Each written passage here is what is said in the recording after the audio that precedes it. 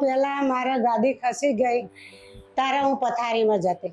મને મારા છોકરાને બહુ બે જણ ઊભા કરતા ત્યારે હું ઊભી થઈ શકતી હતી. અને હવે ઓપરેશન કર્યા પછી મને ખબર નથી પડતી કે મને ઓપરેશન કર્યું છે કે મને દુખાવો થાય છે. બધી રીતે મને અત્યારે સારું છે. મારા કમરનું ઓપરેશન કરાવ્યું છે, સ્ક્રૂ પેટ વાળું કર્યું છે અને 6 સ્ક્રૂ આવેલા છે. પણ એ સ્ક્રૂ ઓપરેશન વાળું છે પણ મને નડતું નથી અત્યારે બિલકુલ, અને સારું છે. મારું નામ ભાઈલાલભાઈ બોગલદાસ પટેલ, વતન વાધરોડા, કડી તાલુકો, મહેસાણા જિલ્લો. હાલ અમદાવાદ રહું છું અને ગામડે પણ રહું છું. મારું નામ વિદ્યાબેન ભાઈલાલભાઈ પટેલ. મારી ઉંમર 60 વર્ષ. મને કમરમાં દુખાવો થતો હતો. પડી ગઈ એટલે મને કમરમાં બહુ દુખાવો થતો હતો. પછી અમે બતાવી 2-3 જગ્યાએ, તો કીધું કે ગાદી ખસી ગઈ છે. બરોબર, મને ગાદી ખસી જઈ, પડી ગઈ, ગાદી ખસી જઈ. પછી હું ઊભી થવા જાઉં તો મને ઊભું નહોતું થવાતું. ઊભા બ્રશ કરું તો મારા 2 પગ દુખતા હતા બહુ. પછી પથારીમાં ઊંઘી રહું તોય મને કમરમાં દુખાવો બહુ થતો હતો. તકલીફમાં તો એમને પુષ્કળ હતી. સીડીમાંથી પગ ખસી ગયો, પડી ગયા ને એમાંથી ગાદી ખસી ગઈ હતી ઘેર ગામડે. ઊભા થવામાં પણ તકલીફ હતી. ઊભા થાય તો આંખમાંથી પાણી નીકળી જાય, એટલી પુષ્કળ તકલીફ હતી. પછી હિતેશભાઈના ત્યાં અમે ગયા તો હિતેશભાઈએ નક્કી કર્યું કે ગાદી ખસી ગઈ છે સાવ, એટલે તમારે ગાદીનું ઓપરેશન 100% કરવું પડશે. અને જો ઓપરેશન કર્યા પછી કહું સાહેબ સરસ થઈ જશે કે 100% સારું થઈ જશે? અત્યારે મને બધી રીતે કમ્પ્લીટ છે, સારું છે. બીક લાગે તો, ડર લાગે તો, પણ હું હિતેશભાઈના જોડે જઈ એટલે મને હિતેશભાઈએ મેં પૂછ્યું કે સાહેબ મને ઓપરેશન કરું પણ મારે કોથળીનું ઓપરેશન થયેલું છે અને મને કંઈ તકલીફ નહીં થાય, તો એમને ના પાડી કે બેન તમને કોઈ તકલીફ થશે નહીં, તમે શાંતિથી ઓપરેશન કરાવો, 100%ની ગેરંટી મારી. પણ અમે નિર્ણય કર્યો હતો કે આ હિતેશભાઈ જોડે જ અમારે કરાવું.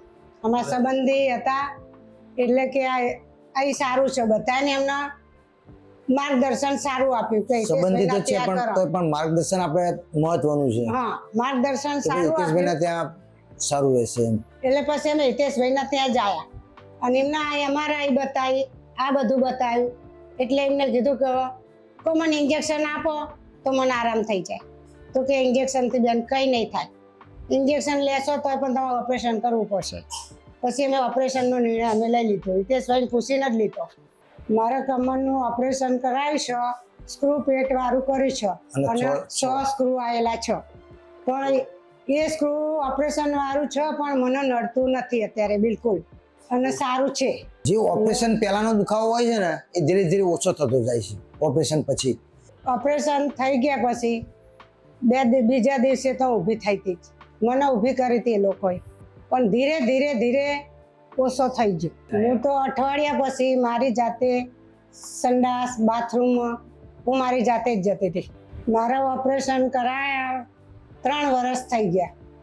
અત્યાર સુધી મને કંઈ તકલીફ થઈ નથી અને હું અત્યારે હાલે બધું જ ઘરનું કામ કરી શકું છું. હું મારી જાતે બધું કામ કરી શકું.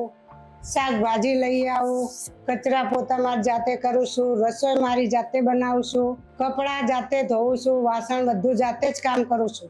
10 માણસની રસોઈ કરવી હોય તો કરી શકો. ઓપરેશન કર્યા પછી મને ઘણી સવલત સારી છે. સરખામણીમાં તો ઘણું સારું છે. પહેલા કમરમાં દુખાવો એટલો હતો અસહ્ય કે ઊભા જ જતા થઈ શકતા. ઘણો એકદમ આરામ કહેવાય. સરસ. પહેલા મારા ગાદી ખસી ગઈ ત્યારે હું પથારીમાં જતી. મને મારા છોકરાને બહુ 2 જણ ઊભા કરતા ત્યારે હું ઊભી થઈ શકતી હતી. અને હવે ઓપરેશન કર્યા પછી મને ખબર નથી પડતી કે મને ઓપરેશન કર્યું છે કે મને દુખાવો થાય છે. બધી રીતે મને અત્યારે સારું છે. મારા જેવી તકલીફ જે બહેનોને હોય ગાદીની તકલીફ, એના માટે હિતેશભાઈ નામ જોડે ઓપરેશન કરાવો તો એનું 100% રિઝલ્ટ મળે છે. અને ઓપરેશન કરાયા પછી મને એકદમ સરસ છે. ઓપરેશન કરાયા પછી આપણને સારું રહેશે, કોઈ ગભરાવાની જરૂર નથી. આપણે ઓપરેશન કરાયા પછી આપણને પૂરેપૂરો દુખાવો મટી જાય છે, કોઈ બીવાની જરૂર નથી અને ઓપરેશન સરસ કમ્પ્લીટ રીતે થાય છે. નર્સિંગ સ્ટાફ સારો અને સાહેબનું સમજાવવાનું સારું, સ્વભાવ પણ એવો સરળ સ્વભાવ, બહુ કે આપણને કંઈ એ તકલીફ જેવું લાગતું જ નહોતું. બહુ વ્યવસ્થિત, સાફ સફાઈમાં પણ બહુ બેસ્ટ બધી રીતે. થેન્ક યુ હિતેશભાઈ પટેલને અને એમના સ્ટાફને કે એમનાથી એમને સારું થઈ ગયું. થેન્ક યુ હિતેશભાઈ ને થેન્ક યુ. એમનો સ્ટાફ બધો સારો હતો. સ્ટાફને થેન્ક યુ. મને પૂરી સારવાર મળી છે. હિતેશભાઈએ મારું ખૂબ ધ્યાન રાખ્યું છે અને દુખાવા માટેનું તો એ કમ્પ્લેટ મને ઇન્જેક્શનો આપતા હતા હું, અને મારી જાતે મારા જાતનું બધું જ કામ કરવા માંડી છું.